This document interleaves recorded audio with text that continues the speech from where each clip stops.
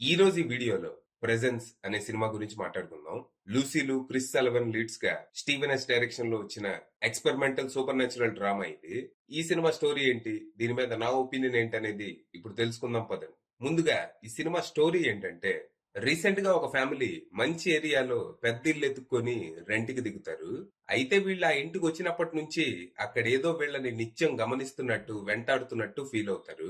ముందు ఇలా కూతురు కనిపించడం మొదలైద్ది. తర్వాత మెల్లిగా ఫ్యామిలీ అంతా ఇంట్లో ఏదో ప్రెజెన్స్ ఉన్నట్టు ఫీల్ అవటం మొదలెడతారు. ఓ రోజు వీళ్ళ భయాలను నిజం చేస్తూ ఆ ఇంట్లో నిజంగానే దెయ్యం ఉన్నట్టు బయటపడుతుంది. మరి తర్వాత ఏం జరిగింది, అసలు ఆత్మ ఎవరిది, ఆ ఇంట్లో ఏం చేస్తుంది, చచ్చాక ఎటు పోవాలో తెలియక ఆ ఇంట్లో తిరుగుతుందా, లేకపోతే ఆ ఇంటికి దానికి ఏదైనా సంబంధం ఉందా, ఇంతకీ ఆ ఇంట్లో దిగిన ఫ్యామిలీ పరిస్థితి ఏంటి, వీళ్ళని ఆ దెయ్యం ఎందుకు ఇబ్బంది పెడుతుంది, ఆ ఫ్యామిలీకి ఆ దెయ్యానికి ఏదైనా సంబంధం ఉందా, చివరికి ఆ ఫ్యామిలీ ధైర్యంగా ఆ దెయ్యాన్ని ఫేస్ చేశారా, లేకపోతే మనకెందుకు వచ్చిన గొడవ అని ఇల్లు ఖాళీ చేసి వెళ్ళిపోయారా అనేది మీరు సినిమా చూసి తెలుసుకోవాలి. ఇక ఈ సినిమా పర్లేదు, బానే ఉంది. ఒక డిఫరెంట్ ఎక్స్పీరియన్స్ అనొచ్చు.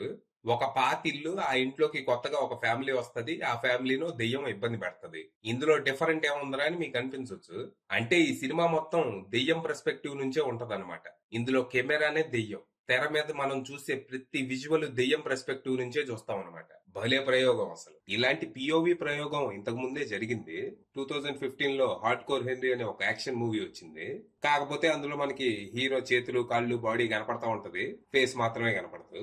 ఇందులో దెయ్యం కాబట్టి అసలు ఏమీ కనపడదు. ఓ దెయ్యం ఖాళీగా ఇంట్లో ఉంటూ ఏం చేయాలో తెలియక అటు ఇటు తిరుగుతూ టైం పాస్ చేస్తూ ఉంటది. ఈ టైంలో ఓ రోజు ఆ ఇంటికో ఫ్యామిలీ వస్తది. ఆ ఫ్యామిలీ వచ్చినప్పటి నుంచి ఆ దెయ్యం వాళ్ళని అబ్జర్వ్ చేయటం మొదలెడుతుంది. ఆ ఫ్యామిలీ గురించి దెయ్యంకి ఎంత తెలుసో మనకి అంతే తెలుసు. దెయ్యంతో పాటే మనము మెల్లిగా ఆ ఫ్యామిలీ ఎలాంటిది, వాళ్ళకున్న ప్రాబ్లమ్స్ ఏంటనేది తెలుసుకుంటాము. ఆ ఫ్యామిలీ గురించి తెలిసాక మెల్లిగా ఆ దెయ్యం వాళ్ళ కోసం ఫేవర్స్ చేయటం మొదలెడుతుంది. అయితే ఆ దెయ్యం చేసేది మంచి పనులే అయినా, చేసేది దెయ్యం కాబట్టి ఆ ఫ్యామిలీకి ప్యాంటు తడిసిపోద్ది. దాంతో ఆ దెయ్యాన్ని వదిలించుకోవడానికి ఏవేవో ప్రయత్నాలు చేయటం మొదలెడతారు. బేసిక్ గా ఇదే సినిమా. ఒక ఫ్యామిలీ పర్సనల్ ఇష్యూస్ తో ఇబ్బంది పడుతూ ఉంటది. దాన్నో దెయ్యం గమనిస్తూ దానికి తోచిన సాయం చేస్తూ ఉంటది. చాలా simple family drama with super natural touch. అయితే సినిమా మొత్తం చాలా సింపుల్ గానే ఉన్నా క్లైమాక్స్ ట్విస్ట్ మాత్రం కొంచెం మైండ్ బెండింగ్ గా ఉంటది. ఆ దెయ్యం ఎవరనేది షాకింగ్ ట్విస్టే, కానీ అలా ఎలా అనేది కొంచెం కాంప్లికేటెడ్ గా ఉంటది. ఏదో క్రిస్టఫర్ నోలన్ టెనెట్ చూసినట్టు ఉంటది. ఆ సినిమా లాగే దీన్ని కూడా అర్థం చేసుకోవడానికి ప్రయత్నించకుండా you have to feel it అనమాట. మొత్తంగా కథా కథనాలు సింపుల్ గానే ఉన్నా ప్రెజెంటేషన్ చాలా యూనిక్ గా ఉంటది. ఈ సినిమాలో లాంగ్ షాట్స్ ఎక్కువ. సినిమాలో ఏ సీన్ అయినా సరే అది స్టార్ట్ అయిందంటే ఎండ్ అయ్యే వరకు అది సింగిల్ షాటే ఉంటది. అది 10 నిమిషాల షాట్ గాని, 20 నిమిషాల షాట్ గాని. అంటే ఆడియన్స్ కెమెరానే క్యారెక్టర్ లా ఫీల్ అయ్యి ఆ క్యారెక్టర్ లో తమని తాము ఊహించుకోవాలంటే ఇలాంటి లాంగ్ షాట్స్ అవసరం.